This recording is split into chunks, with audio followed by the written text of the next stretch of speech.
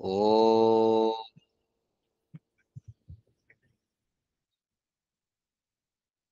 ఓం భూర్భువస్వః తత్సవితుర్వరేణ్యం భర్గో దేవస్య ధీమహి ధియో యో నః ప్రచోదయాత్. ఓం విశ్వాని దేవ సవితర్ధురితాని పరాశుభా యద్భద్రం తన్న ఆశుభా.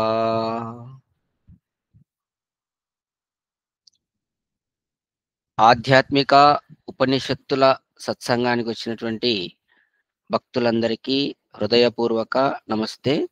అలాగే యూట్యూబ్లో వీడియో చూస్తున్నటువంటి ప్రతి ఒక్కరికి కూడా హృదయపూర్వక నమస్తే. మా అందరికీ మొట్టమొదటగా మనం ఈరోజు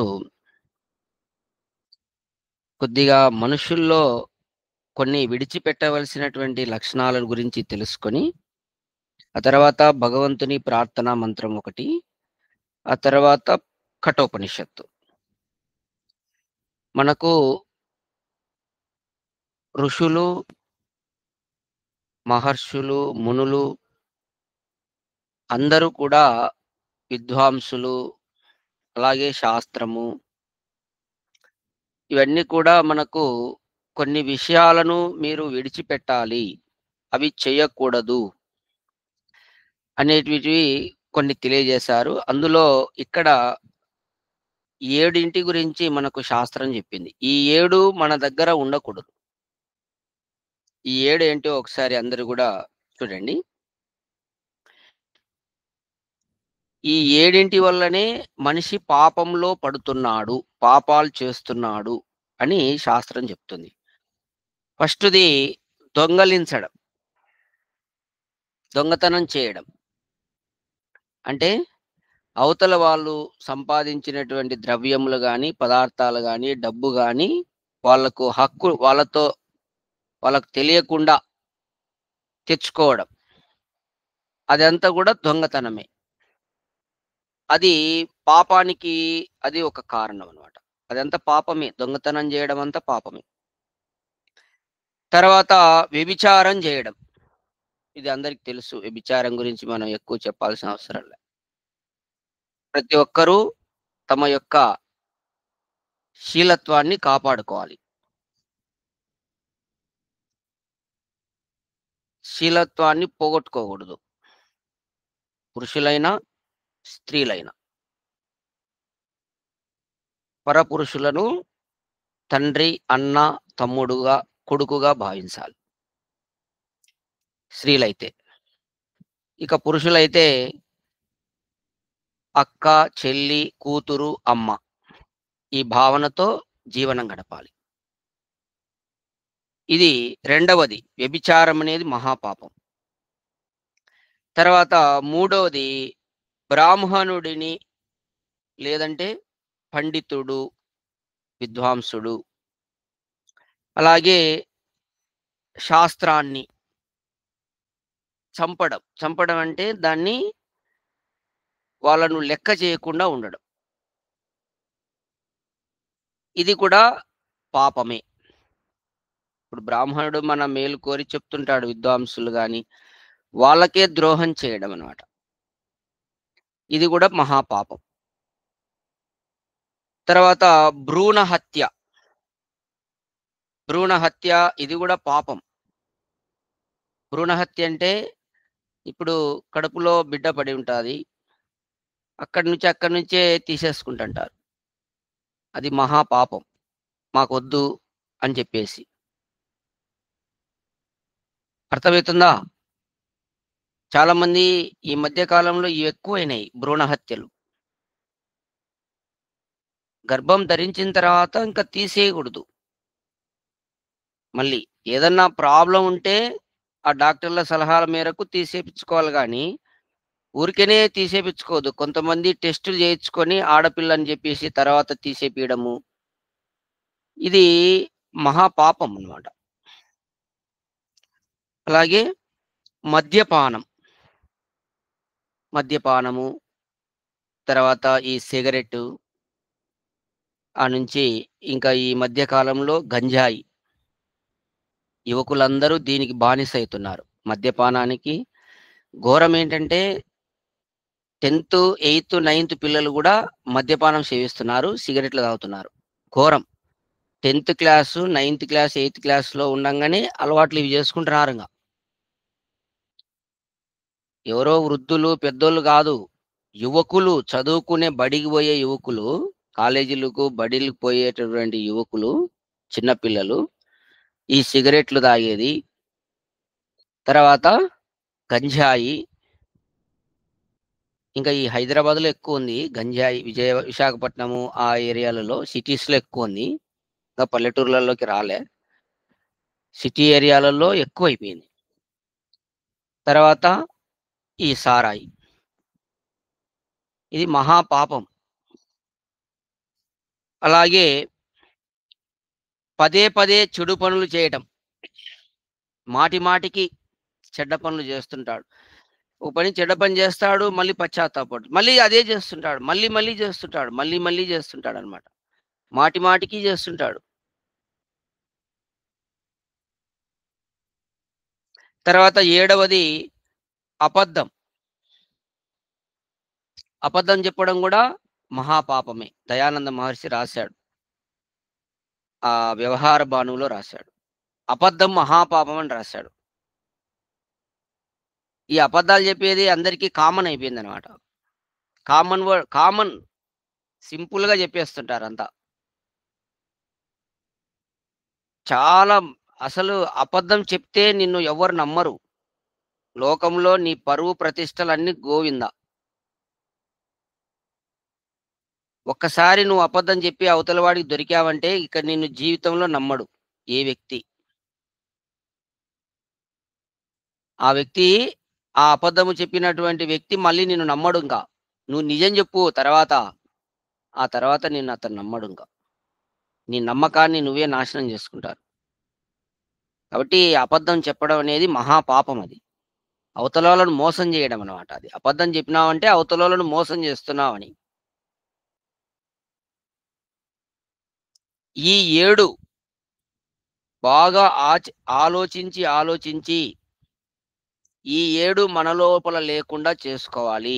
ఆచరణలో పెట్టాలి. అబద్ధాలు చెప్పకుండా ఉండాలి. దొంగతనం చేయకుండా ఉండాలి. వ్యభిచారం చేయకుండా ఉండాలి. బ్రాహ్మణులకు ద్రోహం చేయకూడదు. బ్రాహ్మణ హత్య. బ్రాహ్మణుడిని, శాస్త్రాన్ని హత్య చేయడం అంటే ఏంది? వాళ్ళు చెప్పిన మాట ఇనకపోవడమే హత్య. గురువుగారికి ద్రోహం చేశావు, గురువుగారిని చంపావంటే అర్థం ఏంటి? గురువుగారి మాట చెప్పకుండా చెప్పినది వినకపోవడమే హత్య చేసినట్టు. అదే హత్య. బ్రాహ్మణ హత్య, శాస్త్రమును హత్య చేయడం అంటే చంపడం అంటే ఏంటి? అది చెప్పినట్టు నువ్వు నడుచుకోకపోయినావంటే అది హత్య చేసినట్టే. అది మహాపాపం. భ్రూణ హత్య, మద్యపానము మొదలైనటువంటి నిష ఇవన్నీ మత్తు కలిగించేటివన్నీ. బుద్ధిని మత్తు కలిగించేటటువంటివన్నమాట. బుద్ధి పని చేయకుండా చేస్తాయి ఇవన్నీ. తర్వాత పదే పదే చెడ్డ పనులు చేస్తూ ఉండడం. అబద్ధం చెప్పడం. ఇవన్నీ కూడా బాగా ఆలోచించి వీటినికి దూరంగా ఉండి వీటిని దగ్గరికి అసలు మన లోపల లేకుండా చేసుకోవాలి. ఆచరణలో పెట్టాలి ఇవన్నీ గూడా.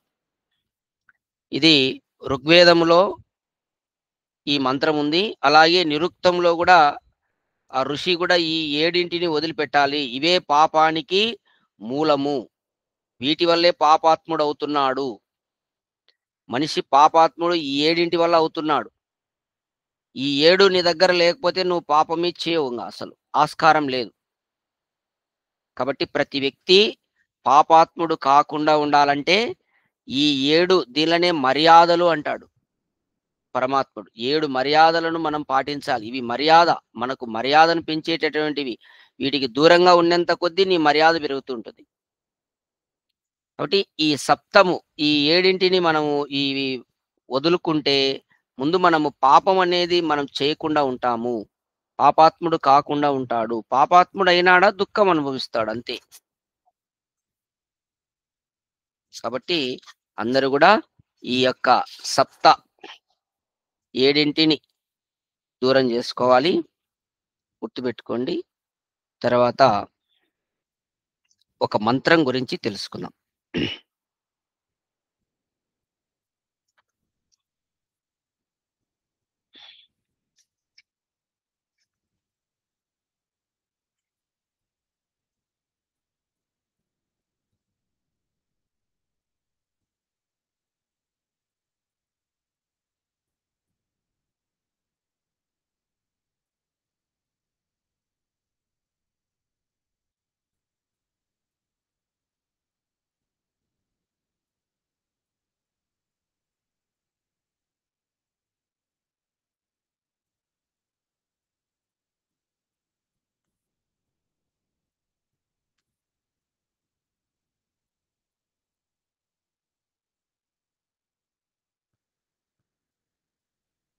హ్మ్. ప్రార్థనా మంత్రము. ఓం విశ్వకర్మా విమనా ఆద్విహాయ ధాతా విధాతా పరమోత సందృక్తేషా ఇష్టాని సమిషా మదంతి యత్రా సప్త ఋషీన్ పర ఏకమాహుః. యజుర్వేదము 17వ అధ్యాయము 26వ మంత్రం. ఆర్యాభివినయంలో మహర్షి దయానంద సరస్వతి ఈ మంత్రం గురించి ఒక్కొక్క పదానికి అర్థం తీసుకుంటే, ఈరోజు మనము చూస్తే చూడండి, ఒక్క మనిషిలో ఎంత సామర్థ్యం ఉంటుంది అనే దానికి దయానంద మహర్షి మనకందరికీ రోల్ మోడల్, ఆదర్శం. అంటే మనిషి అనేటటువంటి వాడు అన్ని కార్యాలు చేయవచ్చు. ఒక మనిషి చెయ్యాలనుకుంటే అన్ని కార్యాలు చేయవచ్చు. తన జీవిత కాలంలో ఎంత గొప్ప గొప్ప కార్యాలు చేశాడో మనం అందరికీ చూస్తున్నాం. కాబట్టి ఈరోజు మనము ఆర్య మహా సమ్మేళనం జరుగుతుంది ఢిల్లీలో. లక్షలాది జనం ఆర్యులందరూ గూడా అక్కడికి రావడం జరిగింది. అక్కడ ఆ కార్యక్రమాలలో పాల్పంచుకొని అందరూ మన కుంభమేళాకు రీసెంట్‌గా జరిగినటువంటి జనాలు ఎట్లయితే వచ్చారో ఈసారి అట్లాంటి మూర్ఖులు గాదొచ్చింది. ఆర్యులొచ్చారు అందరక్కడికి. అంత శ్రేష్ఠ పురుషులు యజ్ఞయాగాదులు చేస్తూ ఆర్య సమాజాలు నిర్వహించేటటువంటి చిన్న చిన్న ప్రాంతాలలో గూడా నిర్వహించేటటువంటివి. అలాగే సౌత్ ఆఫ్రికా, అమెరికాలో గూడా నిర్వహించేటటువంటి ఆర్య సమాజాల వాళ్ళందరూ గూడా అక్కడికి అందరూ పార్టిసిపేట్ చేశారు. అన్ని దేశాలు, అన్ని రాష్ట్రాల నుండి, దేశ నలుమూలల నుండి గూడా అక్కడికొచ్చారు. అదంతటికి కారణం ఎవరు? ఒక్క మహర్షి దయానందుడు. అంటే ఒక్క మనిషి తన జీవితంలో ఎంత చేయగలడో ఒకసారి ఆలోచించండి. కేవలము ప్రజలు ఊరికేనే ఎవ్వరిని అట్లా చేయరండి.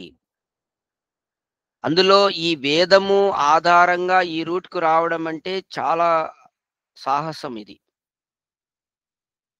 అటువంటిది ఒక్క దయానంద మహర్షిని నమ్మి, విశ్వసించి ఈ జనమంతా వచ్చారు. పౌరాణికుల్లాగా గుడ్డిగా నమ్మి వచ్చిన వాళ్ళు కాదు. ఇక్కడ ఆర్య సమాజానికి ఎవరైనా నమ్మి వస్తున్నారంటే అతను మహా ఇంటెలిజెంట్. గుర్తుపెట్టుకోండి. ఎవరెవరైతే ఆర్య సమాజానికి వచ్చి అక్కడ సత్సంగాలు విని ఆ యొక్క సిద్ధాంతము నమ్మి ఆచరణ చేస్తున్నారో వాళ్ళందరూ మహా గొప్ప మేధావులు. ఒక సామాన్య కార్యకర్త గూడా మేధావే. అతనికి చదువు లేకపోయినా అతను మేధావే. కాబట్టి అక్కడికొచ్చిన వాళ్ళందరూ ఊరికే గాదు, బాగా పరిశీలన చేసి, ఆలోచించి, తమలో ఉన్నటువంటి వ్యసనాలను పోగొట్టుకొని, ఆ యొక్క వేద సిద్ధాంతము నమ్మి వచ్చినటువంటి వాళ్ళు. మహర్షి దయానంద సరస్వతి మీద విశ్వాసంతో. పౌరాణికులు ఎవరు ఉండరక్కడ. మరి ఒక్క మనిషిని అంతమంది విశ్వసిస్తున్నారంటే కారణము మనం ఆలోచన చేయాలి. అది మనం స్ఫూర్తిగా తీసుకోవాలి. ప్రతి వారు కూడా, ప్రతి ఆర్య సమాజ కార్యకర్త దాన్ని స్ఫూర్తి తీసుకోవాలి. మనం ఎంతవరకు చేయగలుగుతాం? ఋషి దయానందుడు ఇంత చేశాడు లోకానికి. ఆయనను చూసి ఇన్ని లక్షలాది కోట్లాది మంది ఆర్యులు తయారయ్యారు. ఆర్య సమాజాలు ఏర్పడ్డాయి. సరే, నీవు గురించి నువ్వు ఏం చేయగలుగుతున్నావు? అది ప్రతి కార్యకర్త కూడా ఒక క్వశ్చన్ చేసుకోవాలి. నీ వల్ల ఎంతమంది తయారయ్యారు? నిన్ను నమ్మి ఎంతమంది వస్తున్నారు సమాజానికి? ఎంతమందిని నువ్వు ఒక సంధ్య అగ్నిహోత్రం చేయడానికి ప్రేరణ చేసి వాళ్ళతో చేపిస్తున్నావు? అది మనం అందరం కూడా ఆలోచన చేయాలి. ప్రతి కార్యకర్త కూడా చేసి ఆ విధంగా మనం కూడా ప్రయత్నం చేసి కార్యకర్తలను తయారు చేయాలి, మానవులను. అది ఎప్పుడు సాధ్యమవుతుంది? ఒక మనిషి పూర్తిగా అంకితమైనప్పుడే అది చేయగలుగుతాడు, లేకపోతే చేయలేడు. మహర్షి దయానంద సరస్వతి తన ఆత్మను సమర్పించాడు పరమాత్మకు, గురువుకి సమర్పించాడు. ఎప్పుడైతే మనం కూడా గురువుకి, భగవంతునికి తన ఆత్మనే, పదార్థాలు కాదు, నాశనమయ్యే పదార్థాలు కాదు, నాశనము కాని పదార్థము జీవాత్మనే సమర్పించేయాలి. అప్పుడు నువ్వు చేయగలుగుతావు. నీ మీద విశ్వాసంతో కొంత జనాన్ని నువ్వు ఆకట్టుకోగలుగుతావు, ప్రేమించగలుగుతావు. ప్రేమించి వాళ్ళందరినీ దగ్గరికి రప్పించుకోగలుగుతావు. వాళ్ళతో వాళ్ళను వైదికులుగా నువ్వు మార్చేది చేయగలుగుతావు, లేకపోతే చేయలేవు. ముందు నువ్వు మారాలి. ఎవరైతే సమాజ కార్యకర్త ఉన్నారో వాళ్ళందరూ కూడా ఒక క్వశ్చన్ చేసుకోవాలి. గురువుగారు ఇంత చేశారు, నేనెంత చేస్తున్నా? నా ప్రయత్నం ఎంత ఉంది? ఎవరికి వాళ్ళే ప్రశ్నించుకోవాలి. నా శక్తి మేరకు నేనేం చేయగలుగుతా సమాజానికి? అది తను మనోధనములతో మనం సమాజానికి చేయాలి. చేసినప్పుడే ఈ యొక్క మానవ సమాజం అనేది, మానవుని యొక్క కళ్యాణం అనేది జరుగుతుంది, లేకపోతే జరగదు. మహర్షి దయానంద సరస్వతి చెప్పాడు 6వ నియమం, ప్రపంచానికి ఉపకారం చేయుట ఈ సమాజం యొక్క ముఖ్య ఉద్దేశంగా చెప్పబడింది. ప్రపంచానికే ఉపకారం చేయాలి, అది ఆర్య సమాజం యొక్క ముఖ్య ఉద్దేశం. ఒక మనిషికి కాదు, తన వాళ్ళకి కాదు, లోకానికే. మొత్తం విశ్వమంతా ఇది లోకం. ఈ లోకానికే మనం ఉపకారం చేయడానికి ఉన్నాం. కాబట్టి ప్రతి ఒక్కరు కూడా, ఆర్య సమాజ కార్యకర్తలందరూ కూడా, సభ్యులందరూ కూడా ఆ విధంగా ఒక స్ఫూర్తిని తీసుకోవాలి.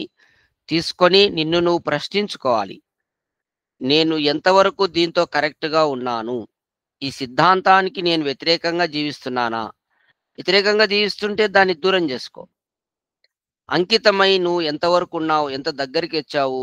దాన్ని బట్టి నువ్వు ప్రపంచాన్ని ఏదైనా చేయగలుగుతావు.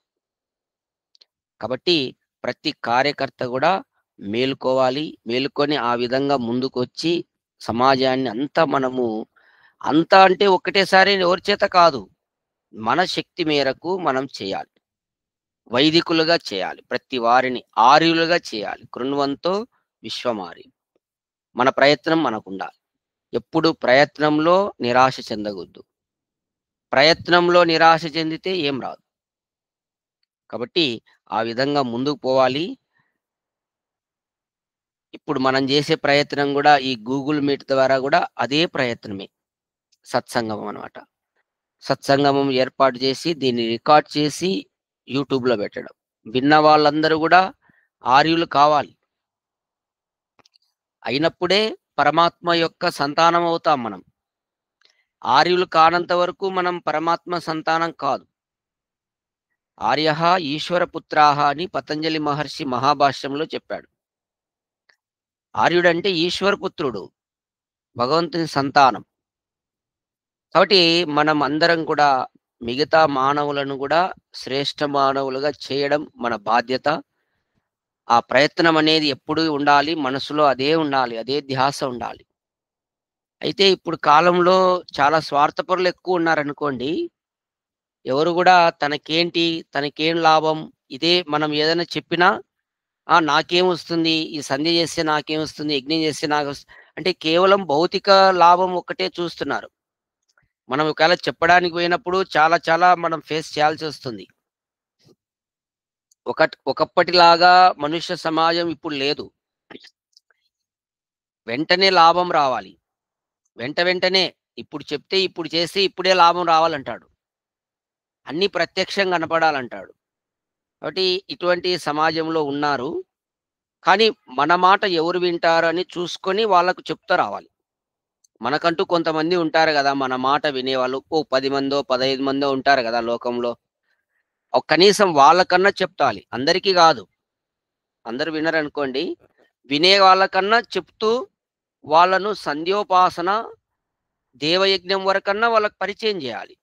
అగ్నిహోత్రం నేర్చుకొని, సంధ్య జేసేది, బ్రహ్మయజ్ఞం జేసేది, ఈ రెండిటినన్నా మెల్లిగా పరిచయం జేస్తే, తర్వాత చిన్న చిన్న పుస్తకాలు తీసుకొని, చదువుకొని వాళ్ళు ముందుకెళ్తారు. కాబట్టి ఈ విధంగా చెయ్యాలి. ఎవరికి వాళ్ళు చేసినప్పుడే ముందుకెళ్తుంది సమాజము. గుర్తుపెట్టుకోండి. ఏమ్మా అర్థమైతుందా అందరికీ? అర్థమైతుంది గురూజీ. ఓకే. ఓకే అమ్మా.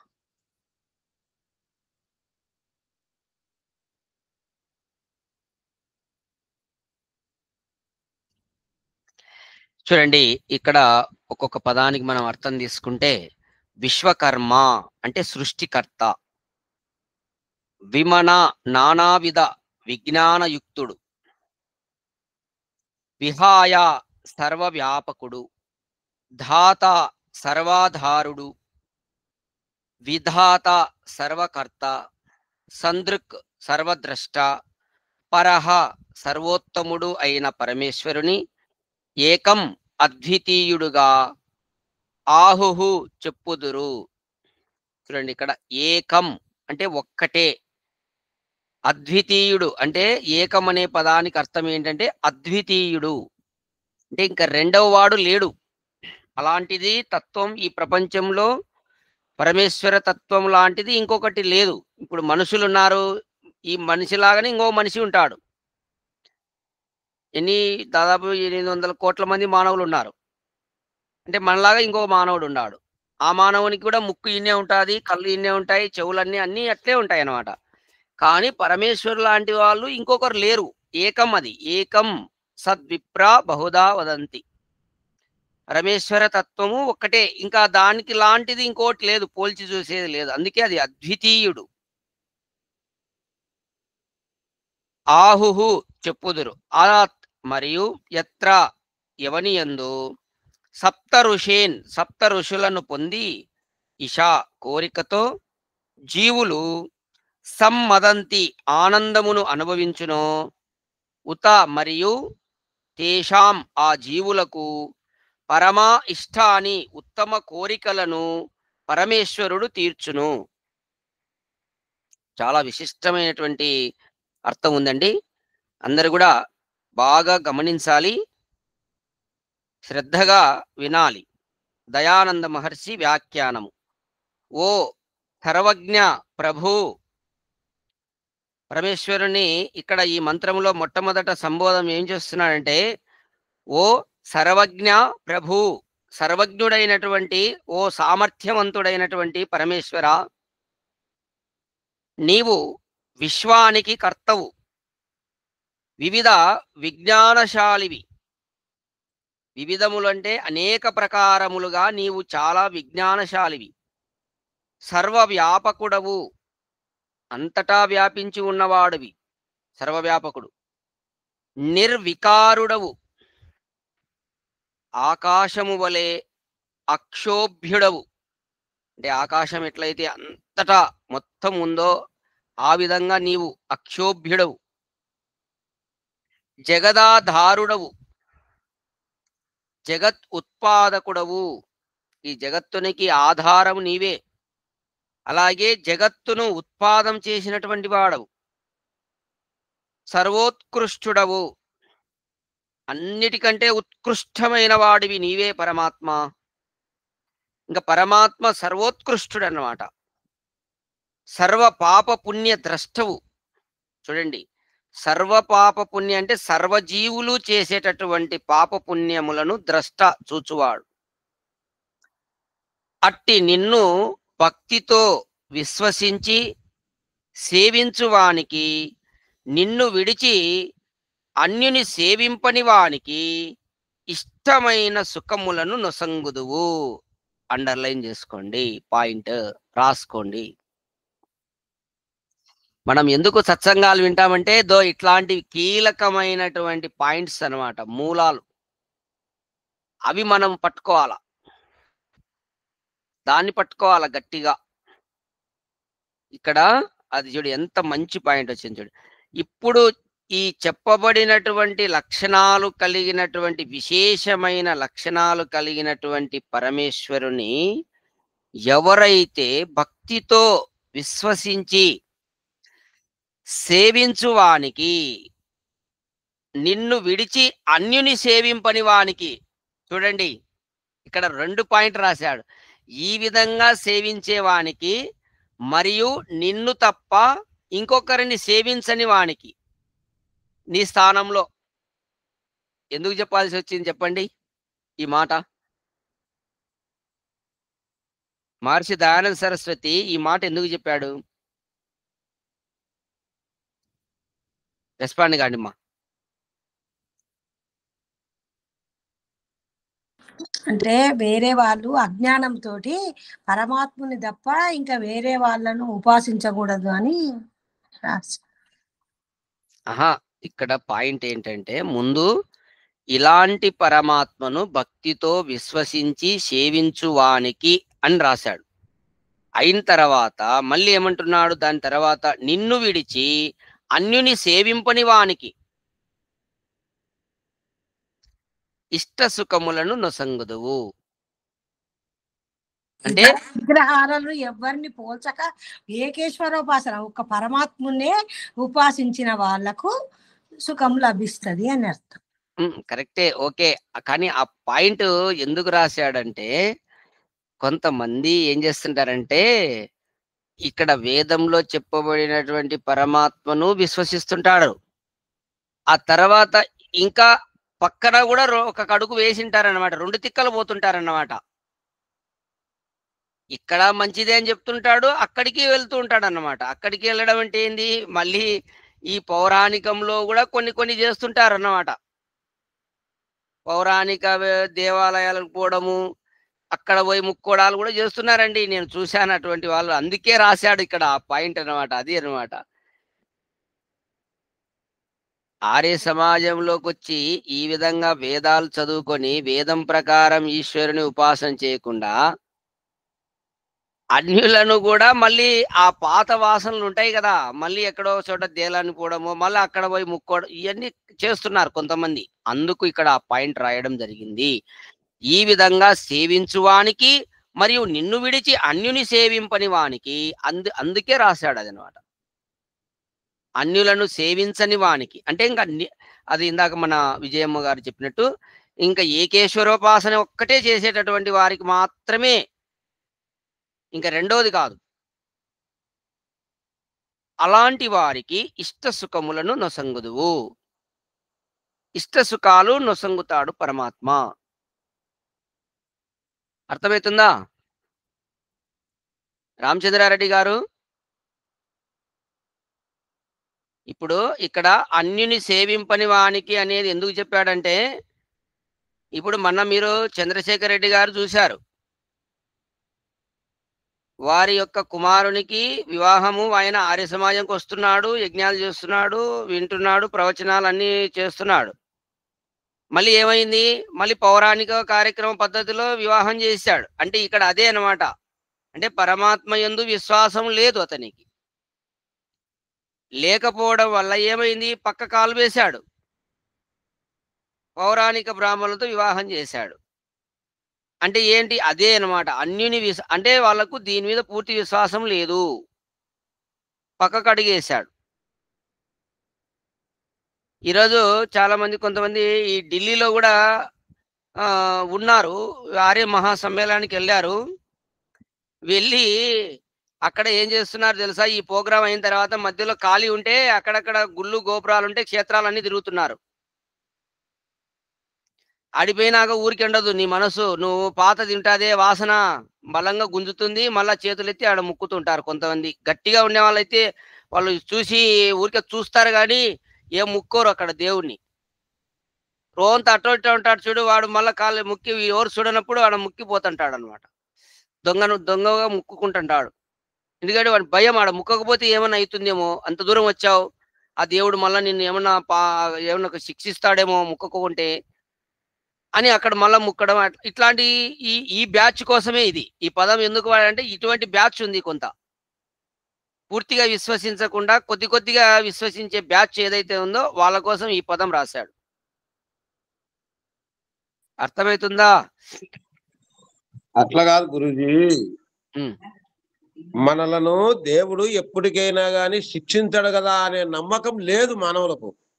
ఉమ్, లేకనే నీకు అది చేస్తాము ఇది చేస్తామని ముక్కుకోవడము, భయపడము, ఏమైనా కొట్టుకుంటాయనుకో అనడము. ఉమ్, ఒరే భగవంతుడు అనేవాడు తండ్రి పిల్లవాడు ఎన్ని ఏడిపించినా పిల్లవాడికి చెడుపు చేయడు కదా తల్లి అనే ఆలోచన అనేది మానవులకు లేకుండా పోయింది. ఉమ్. అది మెయిన్ పాయింట్. ఓకే. కాబట్టి ఇక్కడ ఈశ్వరుడు అన్యుని, అక్కడ ఆ పదం ఇది చాలా ఇంపార్టెంట్ అయినదట. భక్తితో విశ్వసించి సేవించు వానికి, మళ్ళీ నిన్ను విడిచి అన్యుని సేవింపని వానికి ఇష్ట సుఖములను నొసంగుదువు. అంటే ఇక్కడ విజయమ్మ గారు చెప్పినటువంటిది పాయింట్, అది మోస్ట్ ఇంపార్టెంట్ పాయింట్. ఏకేశ్వర ఉపాసన చేసేటటువంటి వారికే ఇష్ట సుఖాలు నొసంగుతాడు. అది ఫైనల్. ఈశ్వరుడు భక్తులను సుఖింపచేయును. గుర్తుపెట్టుకోండి, ఈశ్వరుడు పరమాత్మ తన యందు భక్తి కలిగిన వాడికి, ఎవరు ఇందాక చెప్పినటువంటి లక్షణాలతో చేసేవాడినే, అందరినీ కాదు.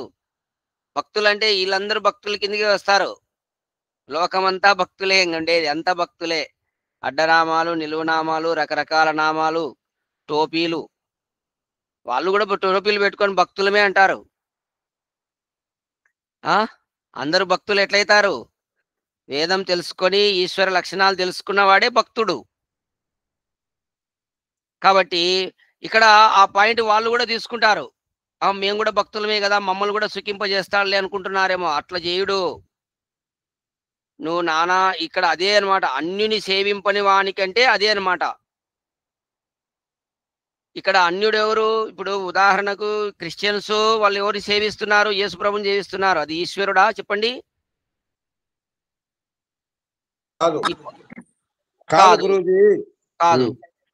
తర్వాత పౌరాణికులు ఎవరు సేవిస్తున్నారు? రాముని, కృష్ణుని, హనుమంతుణ్ణి మొదలైనటువంటి వాళ్ళు సేవిస్తున్నారు. వాళ్ళు ఈశ్వరులు కాదు. సాయిబాబా ఇట్లా రకరకాలు ఉన్నారు. ఇంకా ఇవి ఈ మంత్రాలయం పోతే అక్కడ ఎవరు? మంత్రాలయంలో రాఘవేంద్ర స్వామి.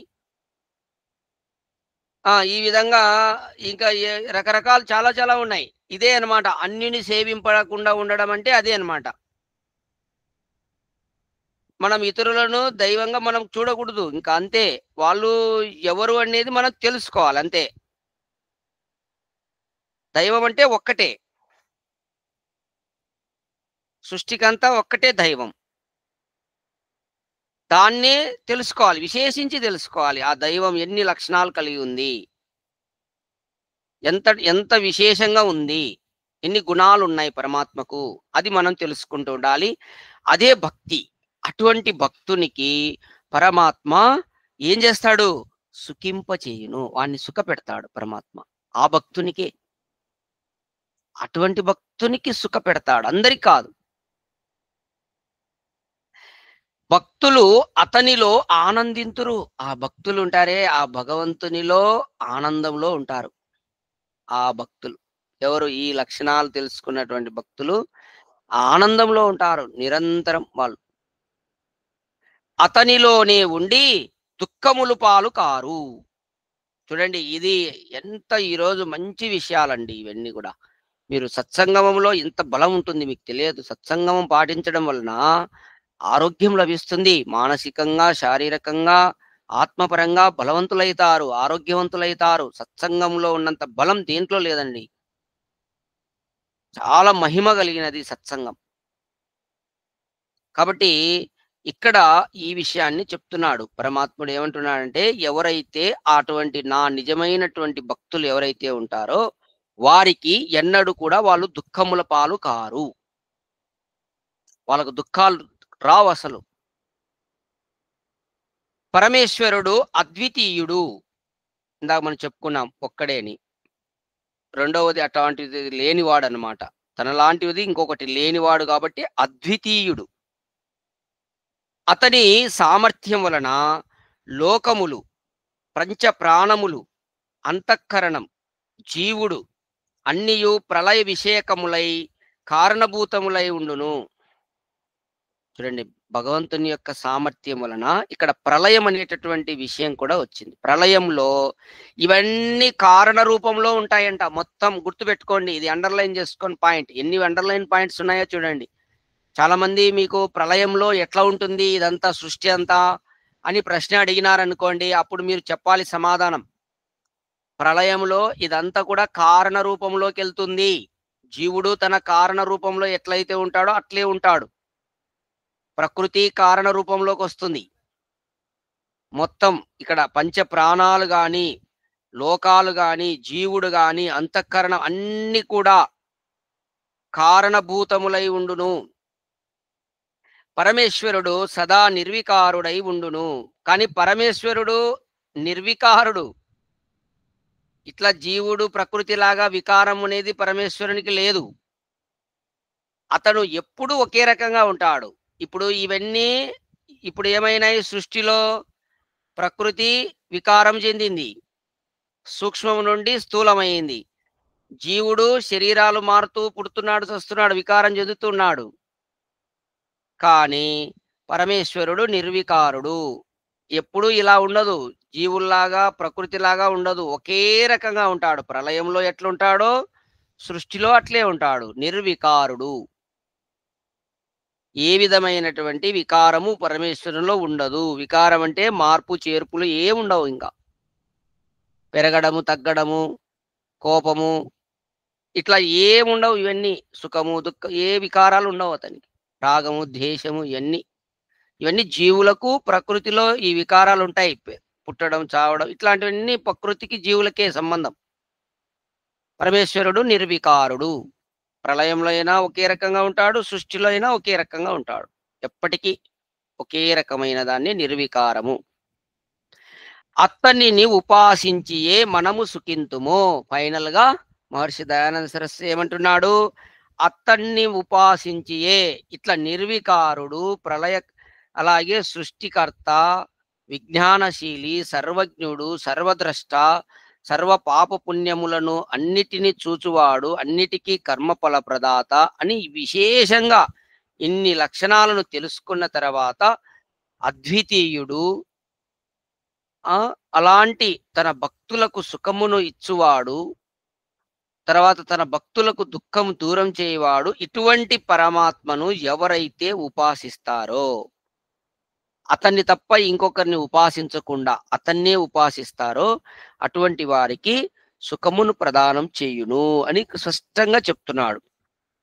వాళ్ళు మాత్రమే సుఖిస్తారు, అతనిని ఉపాసించియే సుఖింతురు అని చెప్తున్నాడు. అటువంటి పరమాత్మని ఉపాసించియే సుఖిస్తారు. ఏమో అర్థమవుతుంది అందరికీ?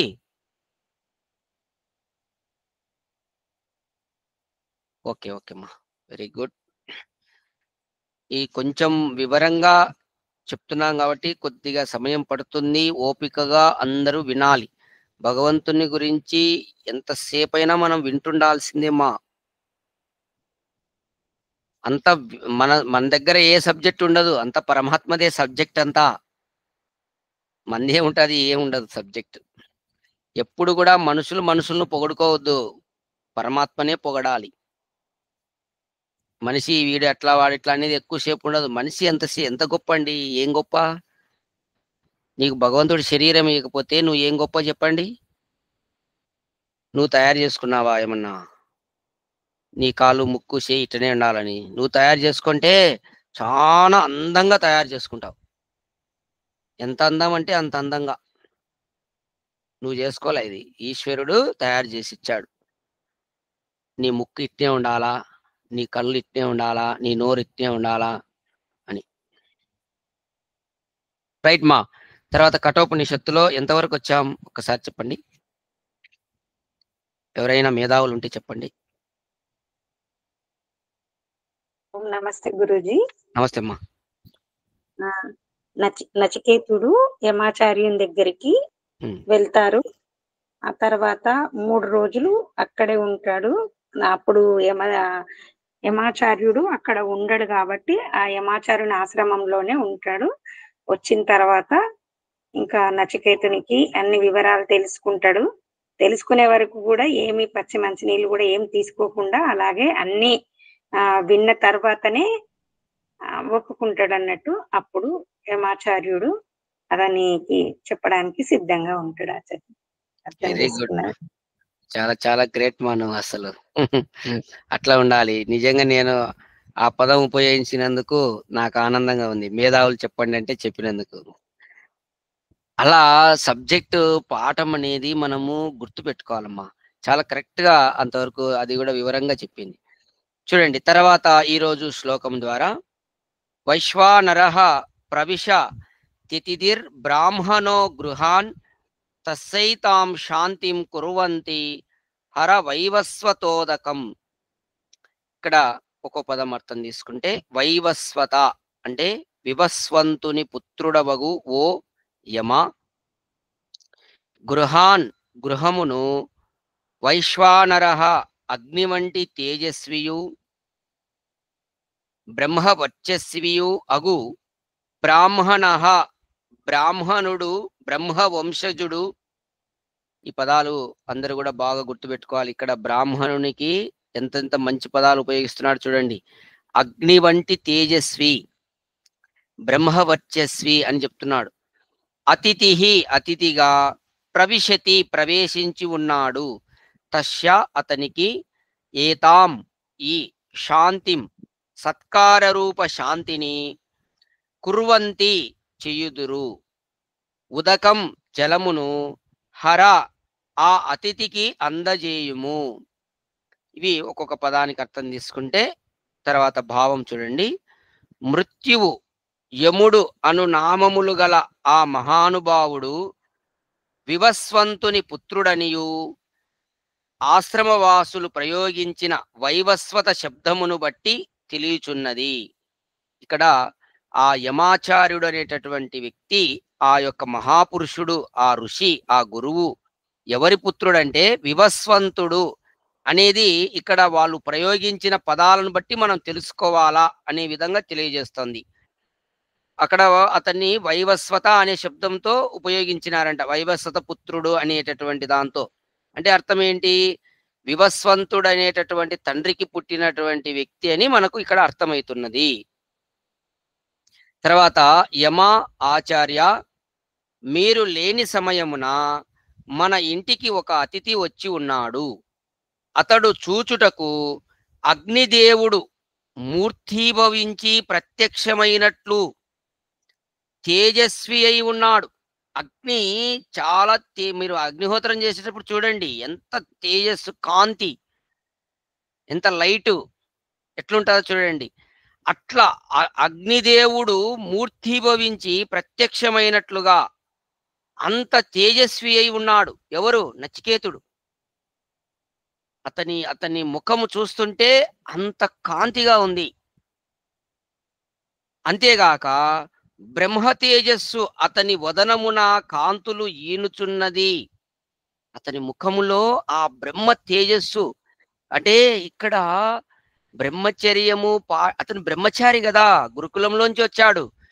చాలా ముఖము కాంతిగా అగ్నిలాగా బ్రహ్మ వర్చస్సు కలిగి ఉన్నాడు, తేజస్సుతో ఉన్నాడు.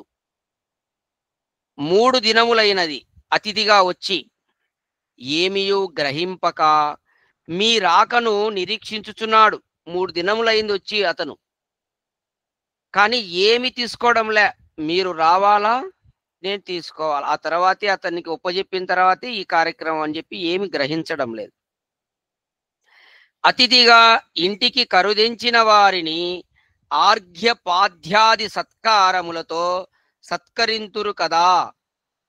చూడండి, ఎవరైనా మన ఇంటికి వచ్చినప్పుడు అతిథి, అతనికి ఆర్ఘ్యపాధ్యాది అంటే కాళ్ళు చేతులు కడుక్కోవడానికి నీళ్లు ఇచ్చి అతనికి ఆ యొక్క మంచినీళ్లు తాగడానికి అటువంటి సత్కారం అంతా చేయాలి. ఆ సత్కారములతో సత్కరింతురు కదా. ఇదిగో జలము కొనిపొండు ఉచిత రీతిని సత్కరింపుడు అని ఆశ్రమవాసులు యమునకు నచికేతుని రాకను ఎరింగించిరి. 3 దినములైంది, వీళ్ళు అడుగుతున్నారు కానీ అతను గ్రహించడం లేదంట. గురువుగారు రావాలా, ఆ తర్వాత ఇవన్నీ అని ఆశ్రమంలో ఉండేటటువంటి వాళ్ళు ఆ యమునికి చెప్పినారు, ఇటువంటి బ్రహ్మచారి వచ్చాడు, మీరు అతన్ని మనం అతిథిగా, అతను మనకు అతిథి, ఎందుకంటే అతని ముఖము ఆ విధంగా ఉంది కాబట్టి అతిథి వచ్చినప్పుడు ఇటువంటి సత్కారం చేయాలి కదా, నీవు ఇది తీసుకొని పోండి అని చెప్పి ఆ యమునికి చెప్తున్నాడు. ఎందుకంటే మేము తీసుకుపోతే అతను వద్దంటున్నాడు కాబట్టి గురువే రావాలంటున్నాడు కాబట్టి నువ్వే తీసుకుపోయి చెయ్యి అని చెప్పేసి చెప్తున్నాడు. తృణాని భూమి రుదకం వాక్ చతుర్థీ చ సునృతాం ఏతాన్యపి సతాం గేహే నోచ్ఛిద్యంతే కదాచన. సత్పురుషులు ఇంటికి వచ్చిన అతిథులకు ఆసనము, కూర్చుండుటకు స్థలము, చేతులు ముఖము కాళ్ళు కడుగుకొనుటకు ఆర్ఘ్య పాద్యములు, సునృత వాణియు అని ఈ 4గింటికి కొరత ఉండదు అను మనువచనముచే భారతీయులు అతిథులను సత్కరించే విధానము తెలియనగును. ఇక్కడ గురువుగారు ఏం చేశారంటే మనుధర్మ శాస్త్రంలో ఉన్నటువంటి శ్లోకాన్ని కూడా ఇక్కడ ఉదాహరణగా మనకి ఇచ్చాడు. అంటే సృష్టి ఆది నుండి కూడా ఈ అతిథి సత్కారం అనేది ఉన్నది. సునృతవాణి మంచి మాటలతో అతిథులను ఆహ్వానిస్తూ ఉండేవారు అనమాట. ఈరోజు మనము ఈ విధంగా గమనిస్తే ఈ అతిథి సత్కారాలు లేవు, ఎక్కడ గ్రహించడం ఎక్కడ లేదు. మనుషుల్లో అతిథులకు గౌరవం అనేది ఎక్కడ లేదు. ఏదో ఊరికే మా ఇంటికి వచ్చానులే బా అంత ఊరికి అంత ఏదో, అది వాళ్ళ బంధువులకైతే కొంచెం బాగా చేస్తారు కానీ ఇట్లా వేద ప్రచారం చేసే వాళ్ళకి మాత్రం చాలా దయనీయమైన పరిస్థితి ఉందండి. ఇంకా వాళ్ళు వేద ప్రచారం చేయడానికి పూర్తిగా అన్ని మానుకొని వస్తే వాళ్ళు అడుక్కునే అన్నం పెట్టేవాళ్ళు లేరు. అట్లా పరిస్థితి ఉంది, ఘోరంగా ఉంది. అసలు అతిథులకు విలువ లేకుండా పోయింది. పొరపాటున నాలాంటి వాళ్ళు ఇంకొకరు లాంటి వాళ్ళు ఎవరో ఒకరు ఈ కుటుంబం అంతా ఇని వద్దనుకొని పూర్తిగా వేద ధర్మ ప్రచారానికి దిగినామంటే బో కూడా బెటర్. ఎవరు మనుషులు అంత కర్కశంగా తయారైనారు. వాళ్ళకి తెలిసే కదా అతిథి సత్కారం చేయాలా, అతిథికి గౌరవించాలా, వాళ్ళను ఏ విధంగా చేయాలనేది తెలియదన్నమా. అందుకే మనం ఇప్పుడు ఈ పని చేసేది ఎందుకంటే ప్రతివాడు తెలుసుకోవాలి అతిథి అంటే ఏంటి, అతిథికి ఎందుకు సత్కారం చేయాలి, అతిథి వల్ల నాకేం ప్రయోజనం కలుగుతుంది, ఎంత లాభం ఉంది అనేది ప్రతివాడు తెలుసుకోవాలి. ఆశా ప్రతీక్షే సంగతగం సువృతాం చేష్టా పూర్తే పుత్రపాశుం చ సర్వాన్ ఏతద్ వృక్తేం పరుషస్వాల్ప్య మేధసో యస్నాశన్ వసతి బ్రాహ్మణో గృహే. చూడండి, ఇక్కడ ఒక్కొక్క పదానికి మనం అర్థం తీసుకుంటే ఆశా ప్రతీక్షే, తనకు నిశ్చితముగా తెలియకున్నను పొందదగినటువంటి ఇష్టార్థమును గురించిన ప్రార్థన ఆశ అనబడును. చూడండి, ఇక్కడ ఆశా ప్రతీక్ష, ఆశ అనే దానికి నిర్వచనం చెప్తున్నారు. చాలా మంది పదాన్ని వింటుంటారు కానీ దాని మీనింగ్ నిర్వచనం అనేది తెలియదు. ఈరోజు బాగా చక్కగా అందరూ అర్థం చేసుకోండి. తనకు నిశ్చితంగా తెలియకున్నా అంటే కరెక్ట్ గా తెలియకున్నా పొందదగినది ఏదో ఇష్టార్థమును గురించిన ప్రార్థన దాన్ని ఆశ అనబడును. అంటే కలాంది ఇదే అనేది ఏమి తెలియకోకుండా అది పొందాలని ఉండడం లోపల దాన్ని ఆశ అంటారు. నిశ్చితముగా తెలిసి పొందదగిన ఇష్టార్థమును ప్రతీక్షించుట ప్రతీక్ష అనబడును. అంటే కరెక్ట్ గా దీని ఫలితం ఇదే అని మన లోపల తెలిసి దాన్ని పొందాలనేటటువంటిది ఏదైతే ఉంటో దాన్ని ప్రతీక్ష అంటారు. ఇట్టి ఆశ ప్రతీక్ష రెండు వేరువేరు అన్నమాట. ప్రతీక్ష అంటే ఖచ్చితంగా దీని ఫలితము ఇదే అని తెలిసి ఉండడం. ఆశ అంటే ఫలితము ఇదో కాదో తెలియదన్నమాట, కానీ కోరికైతే ఉండడం, దాన్ని ఆశ అంటడం. ఈ ఆశా ప్రతీక్షలు సంగతం సాధు పురుషుల సాంగత్యం వలన కలుగు ఫలం. చూడండి ఇక్కడ సంగతం అంటే సాధు పురుషుల సాంగత్యం వలన కలిగే ఫలము. శృణృతాం ప్రియమైన వాణి వలన కలుగు ఫలం. ఇష్టాపూర్తే యజ్ఞం వలన కలుగు ఫలం. ఇక్కడ ఇష్టి అంటే యజ్ఞములు చేయడం అనే విషయంగా తెలియజేస్తున్నాడు. తర్వాత వాపి కూప తటాక ఆరామ అనాథ పాలన ధర్మ ప్రచారాదుల వలన కలుగు ఫలం. ఇదంతా ఇష్టాపూర్తి అనే దాని కింద చెప్తున్నాడు. యజ్ఞముల వల్ల కలుగు ఫలము, అలాగే వాపి కూప తటాక ఆరామ అనాథ పాలన ధర్మ ప్రచారాదుల వలన కలుగు ఫలము. అంటే ఇక్కడ బావులు చెరువులు తవ్వి బ్రిడ్జిలు కడుతుంటారు కదా, డ్యాములు కట్టేది. తర్వాత ఆరామం అంటే ఒక ఆశ్రమాలు, తర్వాత అనాథలను రక్షించేది, ధర్మ ప్రచారం, దీనివల్ల కలిగేటటువంటి ఫలము. ఇట్టి ఇష్టాపూర్తములు పుత్ర పశుంచ సర్వాన్ పుత్రులు పశువులు అను వాని అన్నిటినీ అల్పమేధ సహ అల్పబుద్ధి గల యస్య పురుషస్య ఏ గృహస్థుని గృహే గృహమున బ్రాహ్మణ బ్రహ్మజ్ఞాని అయిన అతిథి అనిష్ణన్ ఆహారమును గ్రహింపక వసతి ఉండునో ఏతత్ అతనికి సంబంధించిన పైన వర్ణించిన ఫలములను అన్నిటినీ వృక్తే నశింపజేయును. చూడండి మా, చాలా చాలా ఇంపార్టెంట్ అయినటువంటి శ్లోకము. శ్రద్ధగా భావం వినండి. ఏ గృహస్థుని ఇంట జ్ఞాని అయిన అతిథి భోజనాది సత్కారములను పొందడో, అంటే ఇందాక మనం చెప్పుకున్నాం కదా ఆర్ఘ్యపాద్యముల సత్కారం. అంటే ఒక అతిథి మన ఇంటికి వచ్చిన తర్వాత అతనికి ఈ విధంగా ఆర్ఘ్యపాదములతో మంచి వాణితో, అలాగే వాళ్ళ భోజన వసతి, వాళ్ళు ఉండడానికి ఒక రూము,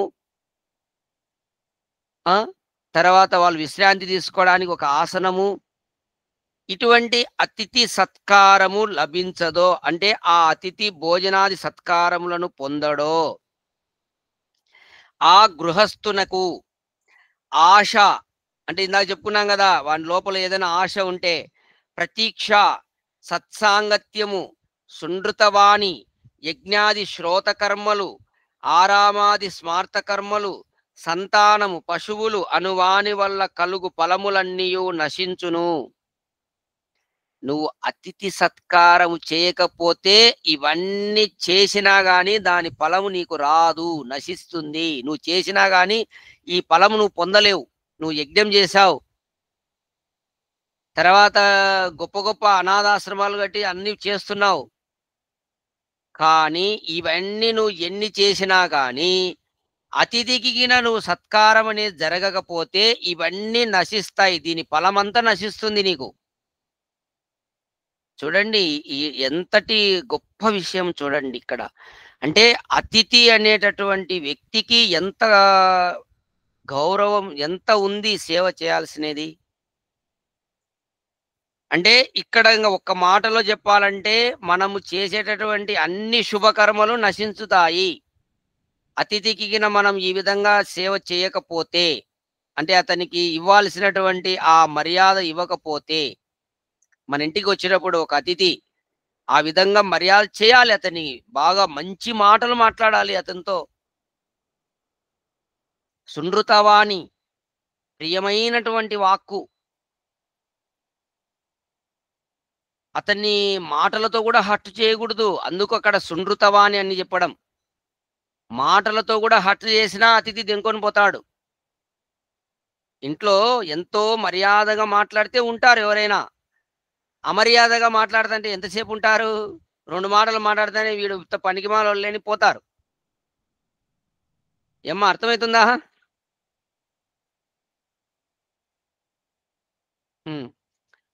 ఓకే. కాబట్టి తర్వాత ఈ విధంగా అవన్నీ ఫలములు అవన్నీ చేసినటువంటి వాని యొక్క కలుగు ఫలములన్నీ నశించును. కావున అతిథిని సత్కరించి గృహస్థులు సిరి సంపదలను నిలుపుకొందురని భావము. కాబట్టి మన ఇంటికి వేదము ప్రచారం చేసేటటువంటి జ్ఞాని అయినటువంటి వారు వచ్చినప్పుడు వాళ్ళకి ఇటువంటి సత్కారం చేయాలి. చేస్తే వాటి ఫలితమంతా పొందుతారు. ఇందాక చెప్పుకున్నాం కదా, అవన్నీ చేసిన దాని ఫలితం దక్కుతుంది మనకు. కావున యమునకు ఈ విషయములు అన్నిటినీ స్మరింపజేసి తమ ఆశ్రమమునకు వచ్చినటువంటి 3 దినముల నుండి నిరాహారి అయి ఉన్న అతిథిని నచికేతుని సత్కరింపవలసినదని యమునికి సంబంధించినటువంటి ఆశ్రమవాసులు అతనికి నివేదించిరి. ఆశ్రమంలో ఉండేటటువంటి వాళ్ళు ఈ విధంగా చెప్తున్నారంట యమునికి.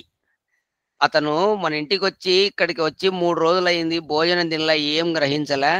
కాబట్టి ఈ మర్యాదలన్నీ మీరు చేయండి. ఇవన్నీ చేయకపోతే మనం అంతా నశించిపోతుంది. అతిథిని గౌరవించాలి అని చెప్తున్నారు యమునికి. ఆశ్రమంలో ఉండే వాళ్ళు చెప్తేనే కదా అతనికి తెలిసేది. అతను బయట నుంచి వచ్చాడు యమాచార్యుడు. ఈ విధంగా పరిస్థితి అంతా ఈ విధంగా ఉంది అని తెలియజేస్తే అతను ఆ విధంగా అతనికి చేస్తాడు. తర్వాత అంతటా ఆ యముడు నచికేతుని సమీపించి ఇట్లనుచున్నాడు. తర్వాత ఏమంటున్నాడో యముడు రేపు తెలుసుకుందాం. రేపటి సత్సంగంలో మిగతా విషయాలు తెలుసుకుందామా. ఇంతవరకు చెప్పిన దాంట్లో ఏమైనా సందేహం ఉంటే అడగండి, లేకుంటే శాంతి పాఠం చేద్దాం.